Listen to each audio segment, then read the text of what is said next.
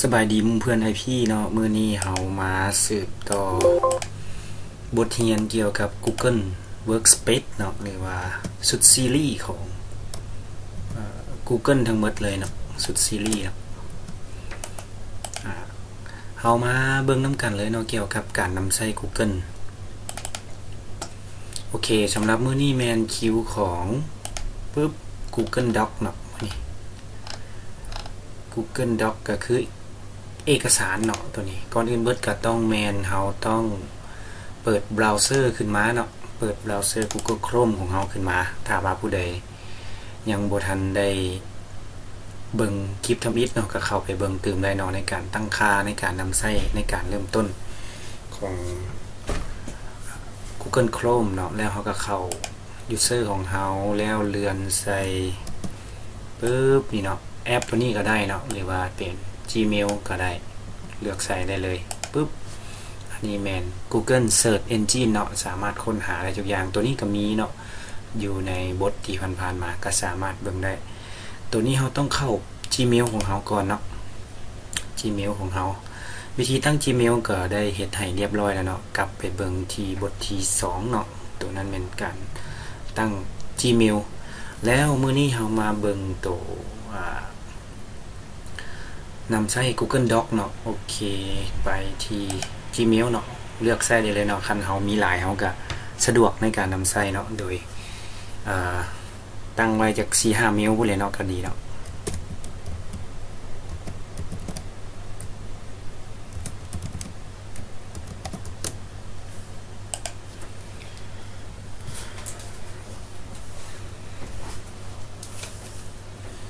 โอเคหลังจากที่เฮาเข้า Gmail มาเนาะอันนี้จะเป็นที่ว่าเฮาได้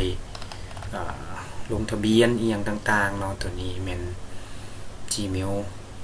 ของเฮาที่ว่านำใช้ลงทะเบียนแล้วก็ใช้ในการเฮ็ดเวียกอะไรเนาะตัวนี้แม่นรายละเอียดทั้งเบิดเนาะตัวนี้แม่นเฮาจะมาเข้าปุ่ม9จุดนี้ปุ่ม9จุดปึ๊บคลิกใส่โอเคเนาะเฮาเลื่อนมาตัวนี้เป็น account ของเฮาเนาะถ้าว่าผู้ใดใส่รูปใส่หยังก็จะเป็นรูปเนาะถ้าว่าผู้ใดเสียรายเดือนเนาะให้กับ Google เนาะก็จะได้สเปซเติมอีกเนาะมื้อนี้เฮามา Google Doc ก่อนเนาะก็คือกับการพิมพ์เอกสารต่างๆเนาะตัวนี้เนาะโอเคเนาะยันไว้พูดเนาะตัวนี้ก็เลื่อนมาใส่เม็ด9จุดนี้เนาะแล้วหลังจากนั้นเฮาก็เลื่อนลงมาเนาะเลื่อนลงมาจะเห็น DOC อยู่นี่เนาะ DOC ปึ๊บมาโอเคลูกศรอยู่นี้เนาะเลื่อนลงจาก1เนาะอันนี้2โอเคหลังจากที่เราได้แล้วเนาะต่อมาก็แม่นต้องคลิกใส่เนาะคลิกใส่ปึ๊บโอเคเรียบร้อยเนาะก็ขึ้นหน้าต่างอันนี้แม่นแพทเทิร์นเนาะแบบว่าถ้าว่าเราอยากจะพิมพ์แบบให้มันเป็นรับไว้ให้เนาะแบบรีซูเม่บ่หรือว่าเป็นแบบ cover letter บ่อีหยังต่างๆมันก็มีไว้ให้แล้วเนาะโอเคเนาะหลังจากที่เราได้แล้วตัวนี้เป็นเทมเพลตเนาะอยู่ใน Microsoft Word ก็มีเนาะบวกบัวชัวพวกโปรเจกต์อีหยังต่างๆแต่ว่ามื้อนี้เรามาเบิ่งแบบหน้าเอกสารเป้าๆเลยเนาะที่ว่าเราเคยได้ใช้เคยได้อีหยังต่างๆอยู่นี่ก็แม่นตัวที่เราเคยเฮ็ดเคยแชร์เนาะตัวนี้ปึ๊บมาคลิกอยู่นี่ตัวนี้แม่นหน้าเป้าๆเนาะแต่ว่ามันจะมีฟังก์ชันเพิ่มเข้ามาเนาะอยู่ในMicrosoft อยู่ในGoogle Doc ตัวนี้เนาะตัวนี้แม่นเฮาเปลี่ยนชื่อแบบเอกสารเนาะตัวนี้เนาะเปลี่ยนชื่อเอกสารสมมุติว่าใส่ lesson 1เนาะ lesson 1ปึ๊บก็คลิกที่บนวางมันก็เซฟให้เลยเนาะแต่มันจะเซฟอยู่ในคลาวด์เนาะตัวนี้เนาะเฮ็ดให้เฮาสะดวกสบายแล้วฟังก์ชันเหล่านี้เนาะแม่นนั่นถ้าว่าเฮาคลิกใส่เนาะมันหายไปเนาะเฮาก็สามารถมาเอาได้เนาะตัวนี้เนาะมันเอิ้นว่าฟังก์ชันพิเศษอยู่บนนี้ครับมันสามารถเรียกได้อยู่ insert เนาะแล้วมันก็ขึ้นมาให้อยู่ที่โอนี่เนาะปึ๊บ เดี๋ยวเนาะเฮามาเบิ่งนำกันได้เลยเนาะว่าปกติแล้วเราก็สามารถคลิกใส่ได้เลยเนาะว่าอยากให้มันออกเป็นรูปแบบใดแต่ถ้าว่าเฮาคลิกใส่บนวางมันก็จะหายไปเนาะอยู่ในรูปแบบตัวนี้เฮาสามารถคลิกใส่ insert เนาะแล้วมันจะขึ้นอยู่ในคำว่า building block อยู่บนนี้เนาะมี meeting note มี email draft มี simple decision log เนาะแล้วก็ view more ตัวนี้มันเพิ่มมาใส่อีกพวกนี้แม่นเฮาสามารถคลิกเติมใส่ได้เลยเนาะเสิร์ชสมมุติว่าเฮาสิแอดอีหยังมาใส่เนาะตัวนี้เนาะสิแอดที่เมลของผู้ใดเนาะที่เฮาจะติดต่อเนาะเอามาใส่นะเฮาสามารถเลือกได้เนาะเป็นแบบdrop down list บ่แบบเช็คลิสต์บ่แบบเช็คบ็อกบ่อีหยังเนาะก็สามารถเลือกได้หรือว่าสิเอาdate time อีหยังเนาะมาใส่อยู่ในบล็อกต่างๆเหล่านี้ก็ได้โอเคเดี๋ยวเนาะมันขึ้นมาตัวนี้มัน meeting note มันสามารถว่ามันจะ draft เนาะ draft ในการเขียนอีเมลให้เฮาเลยเนาะตัวนี้เนาะmeeting note ตัวนี้มันสิ่งที่เฮาต้องเฮ็ดเนาะตัว meeting ตัวอีเมลตัวนี้มันจะ draft ให้เฮาเลยเนาะหมายถึงว่าเฮาจะส่งโอเคคลิกบันนึงเนาะเฮาจะส่งไปหาไผเนาะส่งไปหาไผเนาะตัวนี้มันส่งต่อให้ไผอีกเนาะ copy ส่งไปให้ตัวนี้มันคือกันเนาะคล้ายๆกับอีเมลเลยแต่ว่าจะสะดวกกว่าโดยการนำใช้ตัวฟังก์ชันอยู่ในMicrosoft เองเนาะตัวนี้ปึ๊บโอเคเฮาสามารถ delete ออกไปเลยก็ได้เนาะตัวนี้จากนั้นเนาะก็มีตืมอีกเนาะเฮาเอามาใส่ตืมก็คือ building block เนาะอยู่บนนี้เฮาจะเห็นว่าอยู่บน meeting note เนาะ meeting note อยู่บน meeting note นี่เฮาสามารถที่จะสร้างแผนการเฮ็ดประชุมเนาะหรือว่าเฮ็ดอีหยังต่างๆเนาะก็สามารถได้สำหรับการใช้ภาษาลาวเนาะเฮาก็สามารถเลือกเปลี่ยนภาษาเลยเนาะอยู่นี่เนาะโอเคสมมุติว่าเฮาจะพิมพ์คำควรก่อนก็ได้เนาะ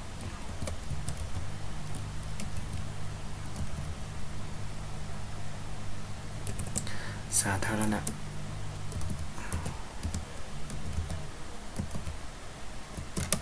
โอเคประชาชนลาวโอเคสาธารณรัฐสาธารณรัฐประชาธิปไตยประชาชนลาวโอเคปึ๊บเฮาก็ทาสีเนาะเฮาอยากให้มันอยู่ทางกลางบ่ตัวนี้รูปแบบมันคล้ายๆกับ Mac เนาะผู้ใดที่ว่าใช้ Mac ก็คือสิใช้ง่ายเนาะแต่ว่าตัวนี้มันเป็นบ่เป็นแบบอินเทอร์เฟซเนาะแต่ว่าตัวนี้จะเป็นแบบเมนูเนาะตัวนี้ให้เฮาคลิกให้เฮาเลือกผู้ใดใช้เคยใช้ Office 2003เนาะก็จะลึงเคยดีเนาะในการใช้ตัวนี้ปึ๊บ สำหรับการเปลี่ยนฟอนต์เนาะอยู่นี่มันจะบ่มีฟอนต์เป็นสลาดเนาะมีแต่ให้เฮาเลือกเป็นฟอนต์ลาวเนาะนี่เนาะฟอนต์ลาวก็แอดตืมมาใส่ก็ได้เนาะนี่เนาะมันบ่มีเนาะแต่ว่าเฮาก๊อปไปใส่ Word ก็ได้ถ้าว่าเฮาอยากได้ฟอนต์เพชรสลาดเนาะมันก็ได้นี่เนาะตัวนี้เป็นฟอนต์Noto Serif Brown เนาะตัวนี้มันก็งามขึ้นเนาะแล้วอีกอย่างนึงเนาะตัวนี้มันสามารถบันทึกเสียงเข้าไปได้เลยเนาะโดยการเฮาแอด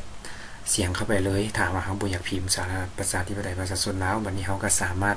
ที่จะเพิ่มอยู่บน extension นี่เนาะอยู่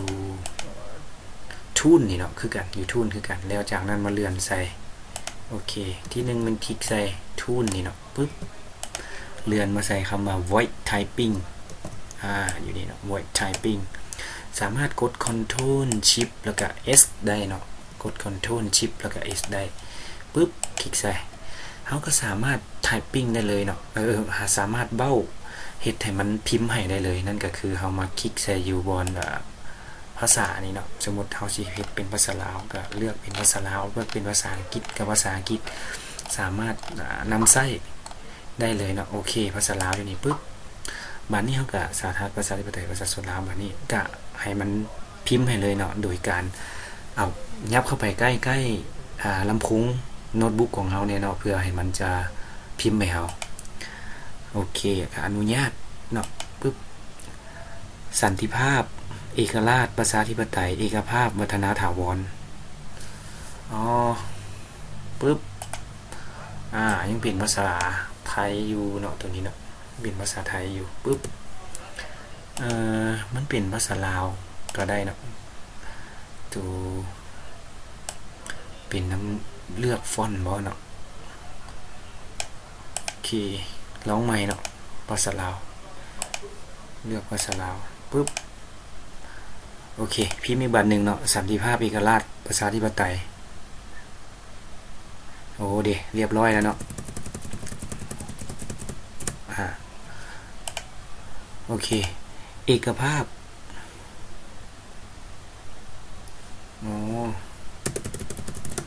โอเคเนาะมันเป็นภาษาไทยยังเป็นภาษาไทยอยู่เขาก็มาเปลี่ยนอาจจะเป็นไปเปลี่ยนอยู่โลเคชั่นของมันเนาะอยู่โลเคชั่นของมันเดี๋ยวเนาะมันก็เป็นภาษาลาวแล้วมันเป็นภาษาไทยทำยิดแล้วมันก็จะเด้งกลับมาเป็นภาษาลาวคืนเนาะสามารถพิมพ์ใจเนาะเปลี่ยนภาษากับยูนิสามารถเปลี่ยนได้เลยโอเคปึ๊บเนาะแล้วตัวนี้แม่นเฮามาเบิ่งตึ๊บเนาะเกี่ยวกับGoogle Doc นี่มันเฮ็ดได้หลายอย่างนะเนาะ Google Doc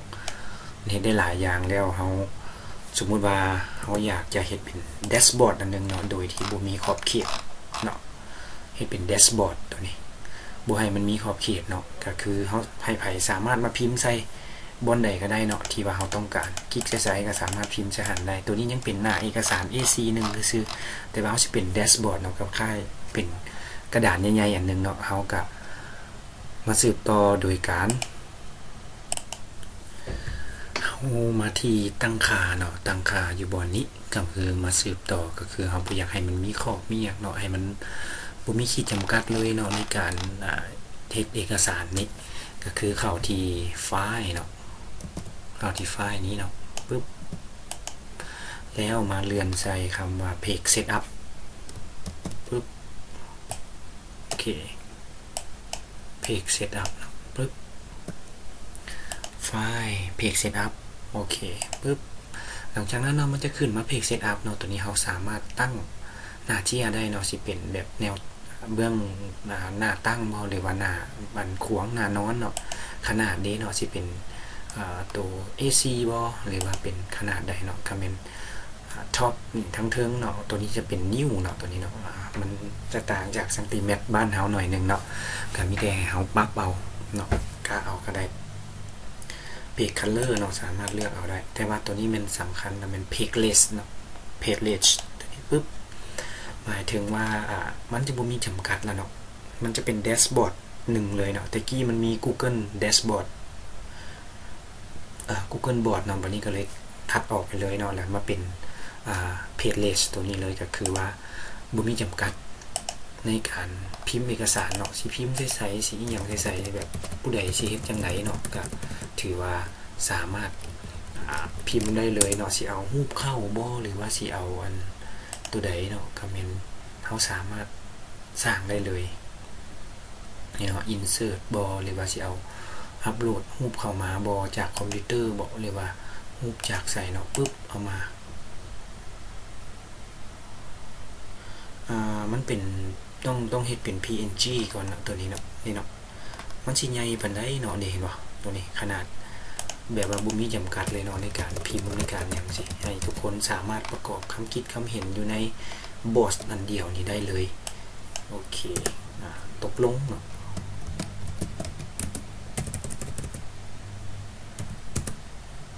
โอเคตกลงเห็นดีเนาะจากห้องการ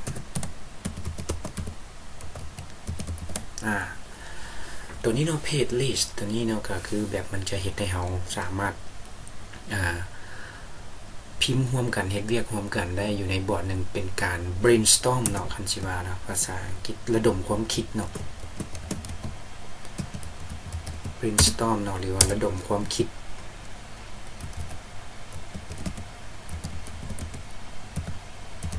โอเคสามารถระดมความคิดได้เนาะตัวpageless ตัวนี้ก็แม่นช่วยมีประโยชน์หลายเนาะในการเฮ็ดตัวนี้ดึงออกซ้ำได้ก็แม่นให้เฮาตั้งเอาเนาะตั้งเอาเลยมันบ่มีขีดจำกัดเนาะเพจเนาะพิมพ์ซ้ำใดก็ได้เฮ็ดจังใดก็ได้ตัวนี้แม่นมันจะออกมาเลย แล้วต่อมาเนาะจะมีฟังก์ชันหนึ่งอีกตื่มก็คือตัวฟังก์ชันที่เป็นcompare เนาะตัวนี้เนาะ compare document โอเคเดี๋ยวอาจารย์ปิดตัวนี้ไปก่อนเนาะเพจ setup ปึ๊บเขาอยากเซาเฮ็ดตัวเพจเลยแต่เขาก็เฮ็ดเพจธรรมดาคือเก่าเนาะเอาทั้งเบิดกดโอเคเขาก็จะได้หน้าเจียนึง AC ขึ้นมาเนาะถ้าว่าเขาอยากจะเพิ่มหน้าเจียกับ Control Enter เนาะเขาจะได้หน้าที่2โอเคหน้าที่1เนาะหน้าที่2โอเคปึ๊บ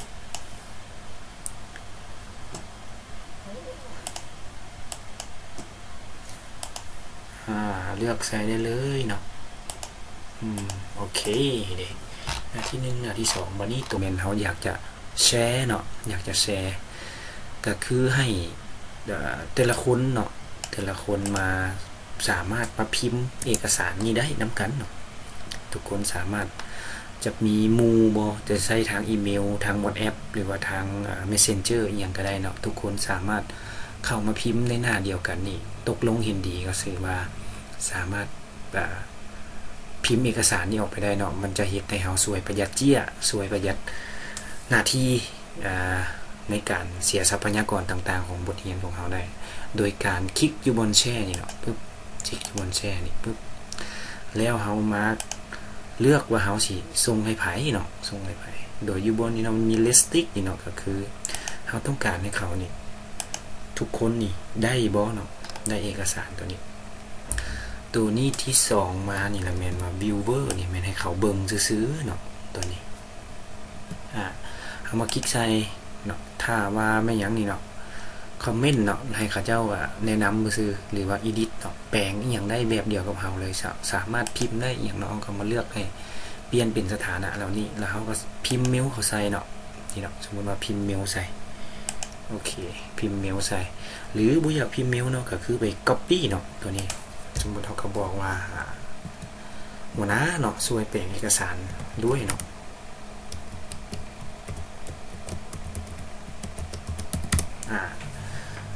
ส่งไว้เนาะแล้วเขาเจ้าก็จะเข้ามา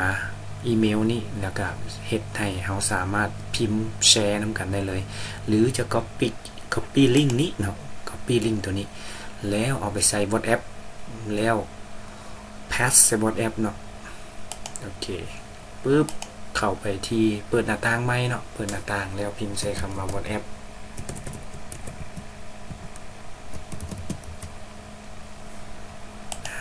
ปึ๊บนี่เนาะก็ไปแพทใส่ซ่องอัน WhatsApp อันก็ถือว่าสำเร็จเนาะโดยการแชร์เอกสารนำกันแล้วเฮ็ดเวียกนำกันได้ตัวนี้แม่นเฮาอนุญาตให้เขาอยากให้เขาเบิ่งซื้อบ่เนาะหรือสิมีแต่คอมเมนต์มันจะมีอยู่ทั้งข้างนี้ซื่อเนาะบอกให้เฮาเปลี่ยนหั่นเปลี่ยนนี่เนาะสามารถเปลี่ยนได้โอเควันนี้เลือกปั๊บเนาะโอเคสมมติว่าเขาเล่วเนาะเขาก็ปิดไปสามารถส่งแชร์ได้อย่างใดต่างๆตรงนี้แม่นมีข้อสะดวกหลายเนาะแต่ทุกอย่างต้องอิงใส่การเชื่อมต่อกับอินเทอร์เน็ตเนาะตัวนี้แม่นบทหนึ่งเต็มๆของสำหรับ Google Workspace เนาะ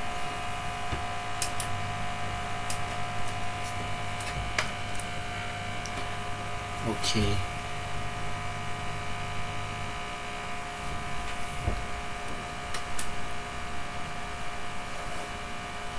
โอเคเนาะอันนี้มันดังน้อยนึงเนาะโอเคก็